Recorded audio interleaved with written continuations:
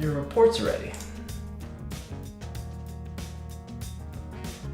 What's going on, guys? Back again with another quick video, and as you might have seen in the title or the intro, we're going to go over my 23andMe Ancestry DNA test results. So Emma and I bought these kits back in November, but we took forever just to do the tests. And so what it is, they send you this little kit, and then you spit into this tube,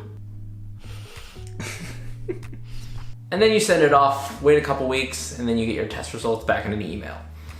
So Emily will not be joining us for this video because she got excited and looked at her test results almost immediately without me.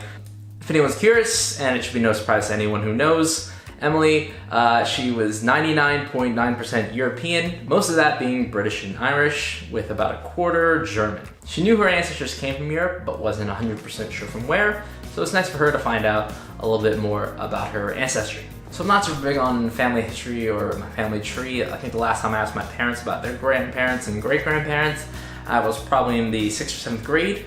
But if anyone doesn't know, I'm 100% Filipino, and everyone in my family tree, as far back as I'm aware of, was born and raised in the Philippines. So I expect my DNA test results to say, almost all of it being South Asian, I think is how they break it up. Most of that being Filipino. But it'd be very interesting to see what other parts of South Asia or Asia in general my ancestors might come from. Also interested in my mom's side of the family. She's always said there's probably some Spanish blood in there from the colonial days of the Philippines. So I'm very interested to see exactly what percentage that might mean for me. All right, so we'll go ahead, take a look at these results. All right, and the reports. Okay, as expected, so I'll show it up on the screen, but basically what it says now, it says, John, East Asian and Native American, 98.2%, and then it breaks it down further. 96.8% of that is Filipino and Austronesian.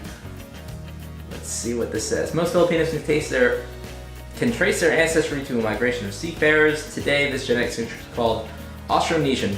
It's found from Hawaii to Madagascar. And then it says, you predict you had ancestors in the Philippines within the last 200 years. That is correct. But let's see where else. Let's see anything else. So that was 96.8% of that is Filipino. Let's see. And then, surprisingly, 0.8% Siberian. And then it says here, most ethno-linguistic groups call Siberia home, including the Yakuts, who migrated north and east from southern Siberia to escape Mongol raiders. And then 0.6% is broadly Chinese and Southeast Asia. Great, as expected. Now we'll look at trace ancestries, which makes up only 1.7% for me. So we're talking about relatives probably like way back. Let's see here. 0.4% broadly Northern Asian and Native American. Pretty expected based on what the majority of my results was. 0.3% broadly East Asian and Native American.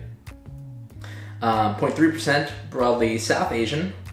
Oh, here it is. 0.2% Spanish and Portuguese. So I guess I didn't get too much of that European blood. Broadly European, 0.1%. And then broadly Southern European, 0.1%.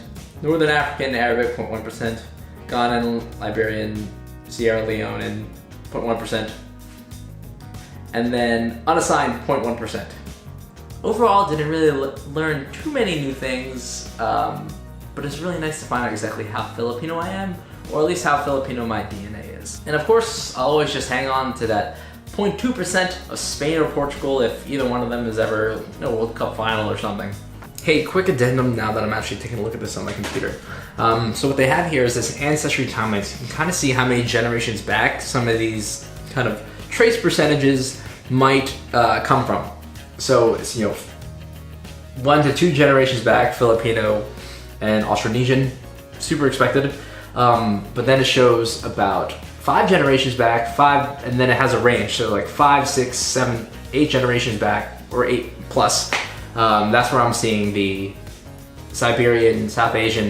Then I'm seeing the third highest is Spanish and Portuguese, and that takes us all the way back to like the early 1800s. So that's pretty cool that we can kind of see some things like that. All right, guys, that's it for me this week. Still working on part 3 of the honeymoon series, and that'll come out in the next couple weeks or so. Thanks for watching. Catch you next time.